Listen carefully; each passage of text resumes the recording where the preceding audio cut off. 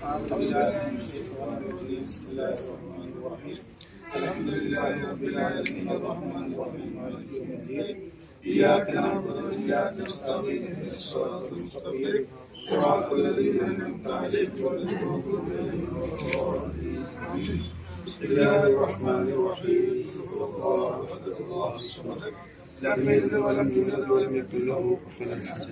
بسم الله الرحمن الرحيم. قل هو الله أحد الله الصمد لم يلد ولم يولد ولم يكن له كفوا أحد. بسم الله الرحمن الرحيم. قل هو الله أحد الله الصمد لم يلد ولم يولد ولم يكن له كفوا أحد. بسم الله الرحمن الرحيم. من شر ما خلق ومن شر غاسق إذا وقب ومن شر ومن شر حاسد.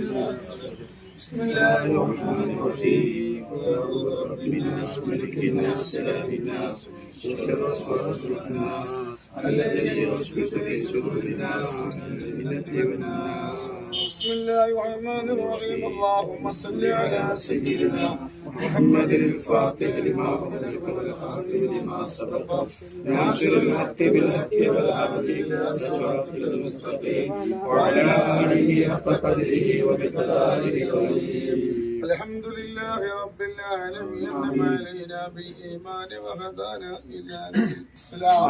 حمدا يوافي نعمه ويكافئ مزيدا. اللهم أوصل وبلغ مثل ثواب ما قرأناه وما صلينا وما سلمنا وهذه هدية واصلة ورحمة نازلة وبركة شاملة مقبولة ومرضية منا إلى حضرة سيدنا وشفيعنا وآخر أيدينا وثمرة فؤادنا مصطفى محمد صلى الله عليه وسلم. اللهم آته الوسيلة والفضيلة والدرجة الرفيعة وابعثه مقاما محمودا الذي وعدته وارزقنا شفاعة يوم القيامة إنك لا تخلف الميعاد.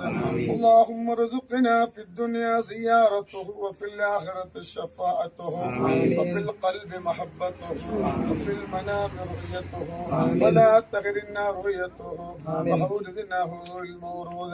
اللهم بارك لنا في رجب وشعبان وبلغنا شهر رمضان ووفقنا فيه للصيام والقيام والذكر والتلاوة القرآن.